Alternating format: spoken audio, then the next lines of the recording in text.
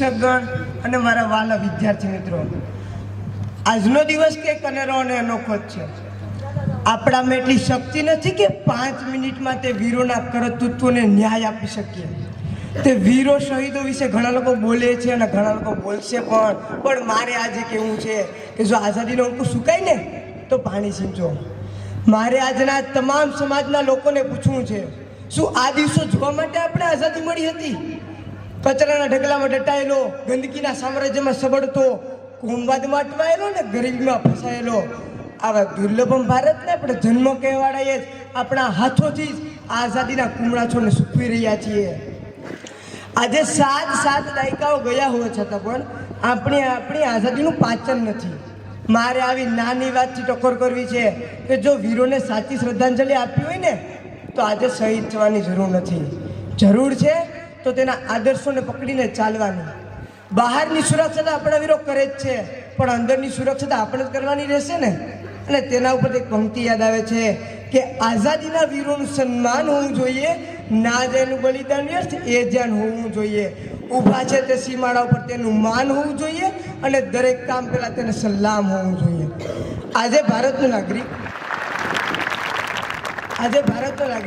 પોતાની સંસ્કૃતિના વિચારોને ભૂલીને બહારથી દેખાતો ભારતીય પણ અંદરથી વિદેશી છે.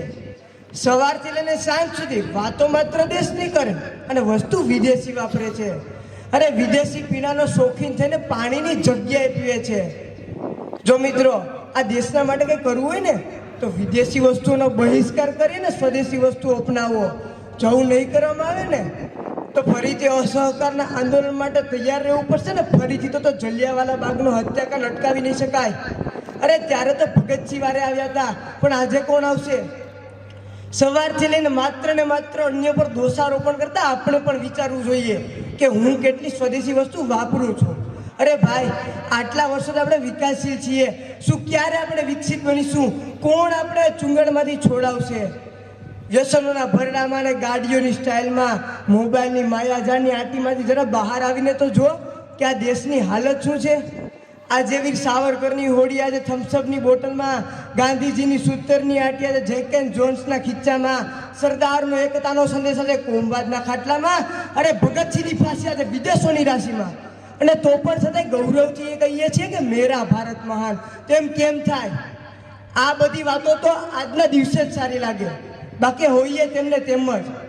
મિત્રો, આપણે આ દેશનું ભાવિ ભવિષ્ય છીએ ને આપણે આપણા આઝાદીના કુમળા છોડનું સિંચન વિદેશી વસ્તુઓ અને વ્યસનોમાંથી બહાર આવીને કરવાની છે.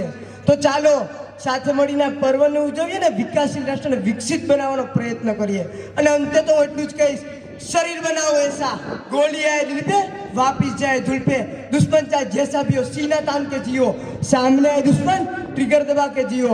जय हिंद, जय श्री राम.